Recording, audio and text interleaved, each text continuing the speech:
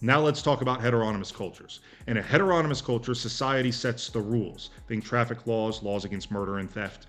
Given some level of autonomy, we can still answer the first question related to personal ethics. And now we can also provide an answer to the second regarding social ethics. However, there are still pitfalls.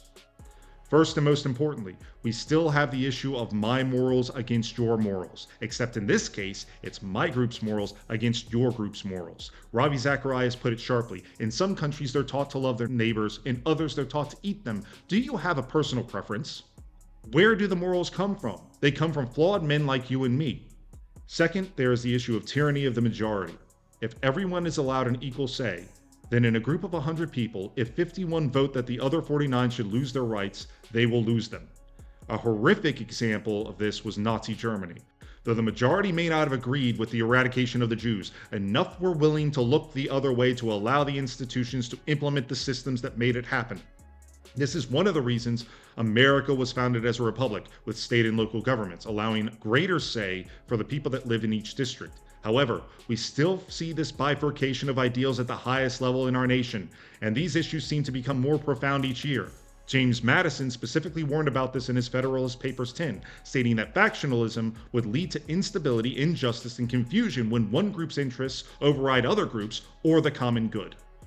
Lastly, we cannot objectively ascribe purpose to any individual. Some governments may try, as in China or Soviet Russia, to dictate an individual's purpose by telling them, you live for the glory of the state. But this rings hollow when the individual has the clarity to ask, but why should the state exist in the first place? It is the same question asked of the individual, but on a national scale. If people do not matter, then why does the state composed of people matter? If the state does not matter, how can living for the state hold any purpose?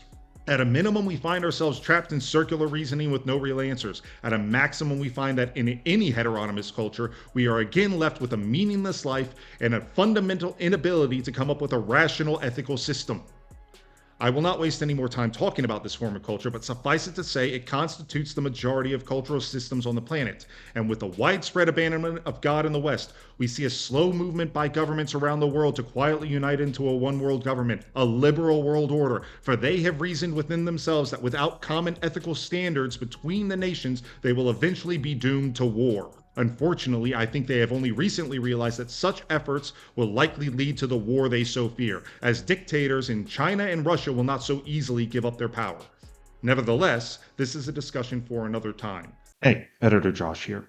If you'd like to hear more on this subject, please take a look at the video description. I have a link in there. Thank you for watching this video and have a blessed day.